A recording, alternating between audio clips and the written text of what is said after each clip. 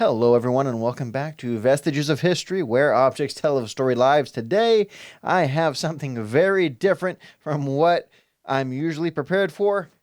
This grouping right here, oh, yeah, this guy just dropped right into my lap via a good friend of mine who's a professional picker out there in the wild.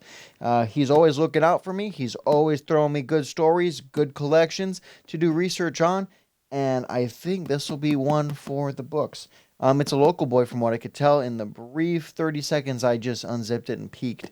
But I'm going to open up this case with you guys. I want you guys to, take this journey with me as we begin to piece this story together. So let's go. Okay, guys. So, pardon the new view. I'm doing this for the first time, so a little bit of grace. So we're gonna open this up. What's weird is this is a 1960s like Naugahyde fake leather suitcase. It's in good condition and it's got dust on it, so this hasn't been touched in a very long time. Move the mic, and what do we got? Okay, to start we have a yard long. This is really cool. Okay, what do we got? Headquarters Battery 125th Anti-Aircraft Artillery Battalion, mobile. That's cool. And there's something in my left hand. So there's something inside of this. So we're going to roll this up very gently. I actually used to unroll these using humidification. I might do that to these. What's in here? Oh, another one. Battery B, 57th Anti-Aircraft Training Battalion, Camp Callan, California, September 26th of 42. So these are 4-pocket uniforms, early rank insignia. They're rocking O3s, some of them with side hoods. That's cool. A real mixed bag. I'm seeing some old guys in here, along with the youngins. Okay, we're going to roll that up gently. I can move. Okay. So we have some great photography. Okay, what's in here? Okay, I see a dog tag. Okay. Let's see if I can get that.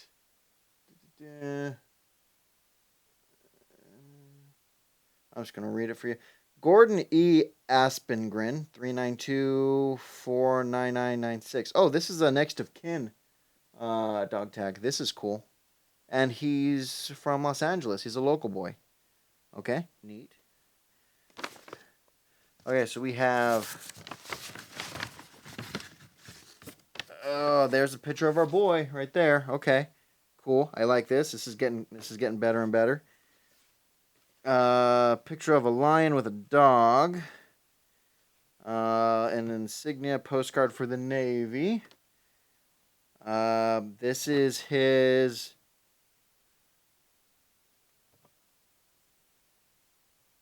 an update to his family of where he was stationed.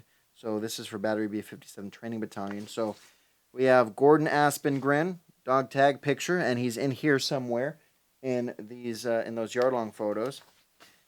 He was a good guy. Okay, so this is some leaflet.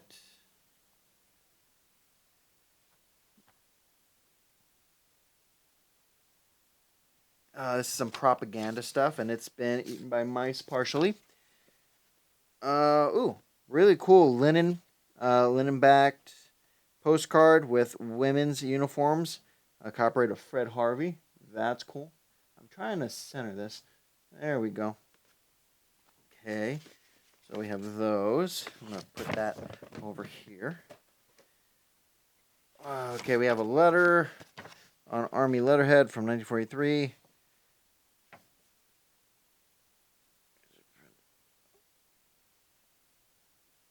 Okay, this is cool. So he's writing his wife, and he ends it with, P.S. Had a pint of ice cream tonight. See if I can get some better focus for y'all. I think that's better. See if I can.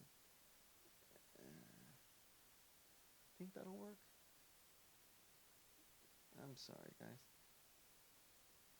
There we go.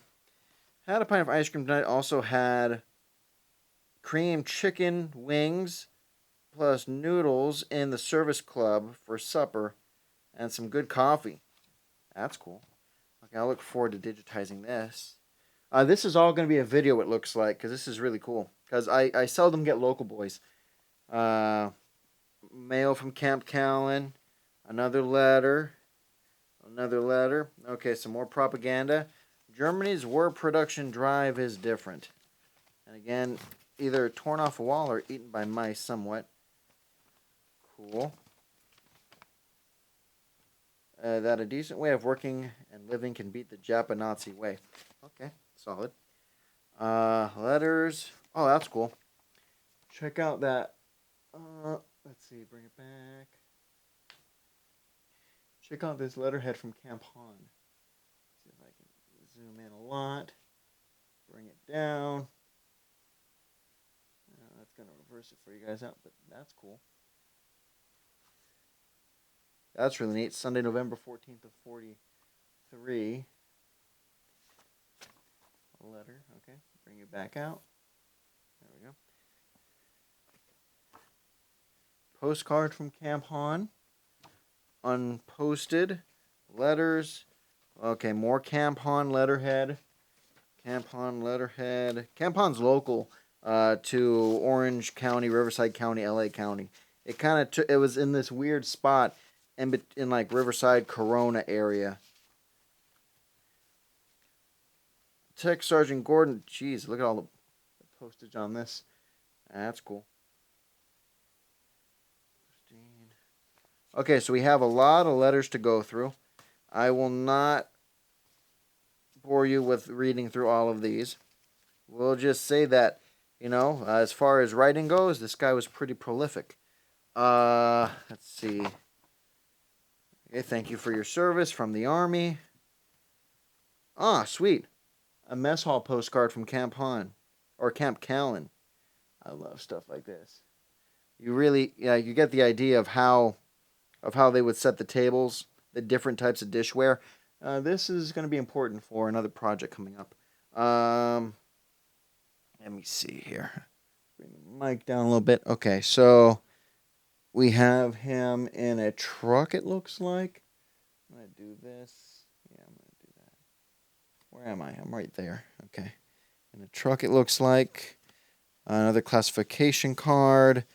Army song book with some inspirational poetry. Oh, this is cool. I've only seen one of these, but never in a grouping before. It's for going back to civilian life, and notice it has like herringbone from like a suit in there. So this is what they would give soldiers when they were separating from the service. This is really cool. Another shot of the little lion cub. Oh, that's cool. Here's his pay record, and it's really, really worn. So how much did this guy make? $18.75. Nice. Oh, no, wait. $125. That's cool. Okay, we have his mother's, or no, this might be his wife's ration book. What is this? Limited privilege pass for B battery. February 17, 1943. Okay. So, weekend pass. Okay, so this. Let's see if I can get some better light on this. I think that works. This is memorial service for the 125th AAA Gun Battalion, Holland, 2nd of May, 1945. Memorial service, 125th AAA. And here's the program. And here are the men that were lost in the service. Hubert J. Berelsman, Eric Ditcher, Edward Grabowski, Kenneth Howard, James G. Latrumier, Curtis Lindsay Jr., John McGrath, Irvin Saylor, Arthur J. Schulte Jr., Joe Siebert, James Sproles, Will Stimson, Russell Sumter, Willie E. Taylor, Earl Zurcher. Okay, More research will happen with this, that's for sure. Oh, this is cool. Okay, so here's his separation qualification record. I love these. Okay, so he was a private for 3 months, a tech sergeant for 14 months, and a master gunner at anti-aircraft artillery MOS 671. 17 months as a tech sergeant in operation as an operations NCO, MOS 814. Separated out of Fort MacArthur, RIP Fort Mac. Operations NCO performed duties with the 125th Anti-Aircraft Mobile Gun Battalion in England, France, Belgium, and Holland. Supervised the operations section of a headquarters battery of a battalion. Supervised work of meteorological section and master gunner. Served as technical advisor in problems pertaining to gun orientation maps, grids, and plotting devices. Made out schedules for battalion training. All right. Anti-Aircraft Master Gunner School, Camp Davis, North Carolina for 3 months. Studied trigonometry, mechanical drawing, surveying, and orientation and gunnery. Civilian occupations. Oh, wait. He did 6 years of college. He has associates and a bachelor's, or an AB and a BM. Left school in 1941. Secretary of Corps, Sawyer School of Business, Los Angeles, California, 1930. He would work 30 hours a week for 7 months. He graduated from University of Southern California. Let's see. Go Trojans, I think. Music education. Now, what was his civilian job? He was a music teacher. Was employed in the Nissa Public Schools, Nissa, Oregon, from November 41 to May of 42. Taught music in high school and supervised music teaching in elementary school. See, that's so juxtaposed to the soldier's life that he ended up partaking in. That's super cool. I love those. You wouldn't think it, but it lends to this idea of his personality. This is a training schedule, and this is the stuff that he would have been in charge of. So naturally, he's a college graduate, so he would have been. This would have been his thing. So the upper guys, they would have been like, okay, you have the skill set. You went to secretarial school. You have the aptitude. You have the skills. Do this. And this is really, really cool. Okay, more into this later. That's fascinating. Pocket reference guide for insignia. I love these. These are cool. Okay. Another photo of him or a friend on a company street. Oh, cool. Group photo. Signed on the back by some of the guys. Photo Sturm Rosenden. Buchanan, Frampton, Caravala, Craig, Kolova, Baldwin, Browning, Parsons. Okay, this is going to be cool to research too. Pitching pup tents at Cap Callan, postcard. Oh, this one's actually posted. That's cool. Okay, we have this. There's actually a lot of stuff in here. I was not anticipating this. These look like this. So they're wearing late war uniforms with the double buckles, Ike jackets, and there's a signature under each of these guys, which is cool. Property of G.E. Aspengren, Fotosturm Rosenden. Okay, cool. Ooh, we have lots of pictures. Okay, we have they're working a transit there. A little group shot, little group snap. Yeah, let me find my words. Group shot, group snapshot. Bleh. Okay. Yeah, this is clearly in the desert of California. I recognize the terrain. Ooh, first pattern HBTs. That's really cool. Yeah, there we go. Move this whole thing over. So there we go. Okay, there's that. Okay, what's in here? Ooh, we have tickets for something. Oh, cool. Gas tickets.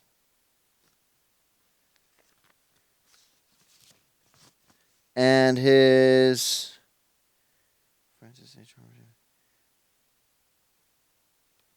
This is his wife's car inspection paperwork from the war. Neat. It's really cool to see the civilian side of this. Oh, she was a Class B, so she could only get gas on in between A's and C's. I'm paraphrasing that, but I have a rough understanding of how they would classify gas to civilians during the war when there was a shortage. You could only go on your certain day, and you could probably only get so much. Here's another letter. Okay, what's this? Oh, M43 hood. A minty M43 hood for the Fury guys out there. Like, World War Wisdom's always going on about M43 hoods and Fury.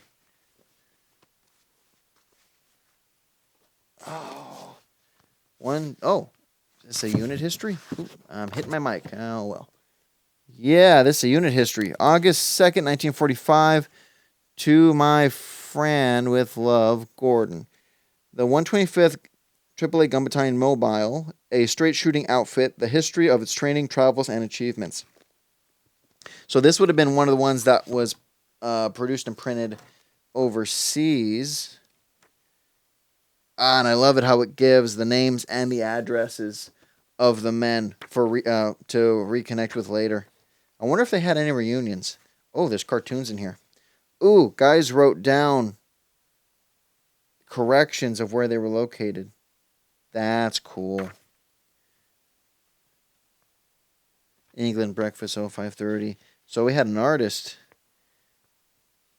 in the unit. The Thirsty Five. So they call this the Racketeer. Art edited by Wickert Jr. and Earl Young. Fred Parsons. He signed that. Oh, okay. So, photographer Jan Sturm, Roosendaal, Holland. So that's where the photography's from. Jan Sturm is the photographer in Roosendaal, Holland. Very cool. See, like, it's even while doing this, you're making connections. And it's telling a really cool story. Okay, I don't want to get lost in here. Okay, we're going to do that. Okay, we got artillery overseas cap in the wool, in the khaki. Okay, wool again. Okay, what's this? Oop, okay, I'm going to hit the mic a bunch of times. Oh, the Ouzel Finch Camp Callan's Pictorial Review. Is this like a camp magazine? Oh, holy snap. Yeah, it is. This is nuts. Okay, so training right to win the fight, Camp Callan 1942. And it's full of photography. It's the camp... Okay, Mike, out of the way. It's the camp magazine. That's friggin' rad. Oh, and it covers everything from food, KP duties up here, parties, what they're eating. I want to be careful with this because there's a problem here in the middle of the spine. But that's common with these staple bound. Oh, heck yeah. So it's every battalion. Oh no, too small to be a battalion. Cool. Okay, this will be cool. So 52nd Training Battalion welcomes State College co-eds. I wonder if this still stands today. That'd be rad. Okay, that's cool. Okay, what do we have in here? Oh, wait. Okay, we have sock guard. We have a sock garter.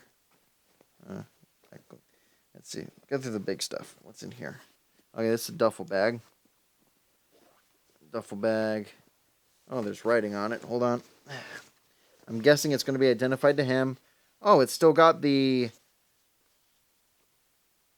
transportation tags. That's really cool. Gordon E. Aspergren, Tech Sergeant, HQ Battery, 897th Field Artillery Battalion. Okay, so that's his mustering out unit. That's the unit that he was mustered out with at the end of the war. Declaration. 1 bottle of perfume. Rad. Certificate of Inspecting Officer. Okay, cool. And what's on here? Is there a POM marking on here? Okay, that's his service number. Ooh, this is a late war one, and it's stinky. Oof. Yeah, there might be a transit number on there. That's really cool. Okay, I'll look into that later. Okay. We're gonna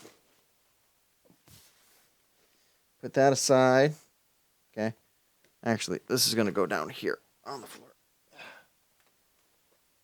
Yeah, you guys are getting an idea of how I work. Okay, now what's in here? What is in here? We have a miscellaneous ditty bag. And we have all the rank insignia and some shoelaces. These are probably for the Type 2. See, lots of rank insignia. Tech Sergeant, early war type, and later war type with the khaki. 75th patch for some reason. Okay. So we have an idea of what this is. Cool little bag. What else is in here? Ooh, what is this thing? Okay. For any of you AAA nerds, is this like a streamer for sighting in something? What does it do? Is it for tactical use or decoration? You tell me, please.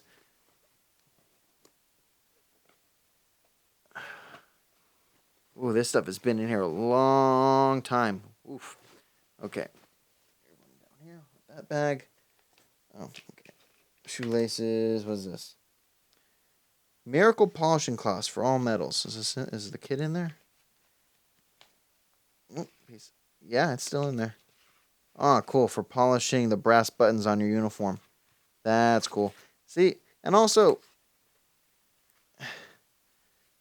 it just looks really, really cool. Like, look at the pictography. Look at how this is designed. Oh, that's racist. Well, it's the 40s.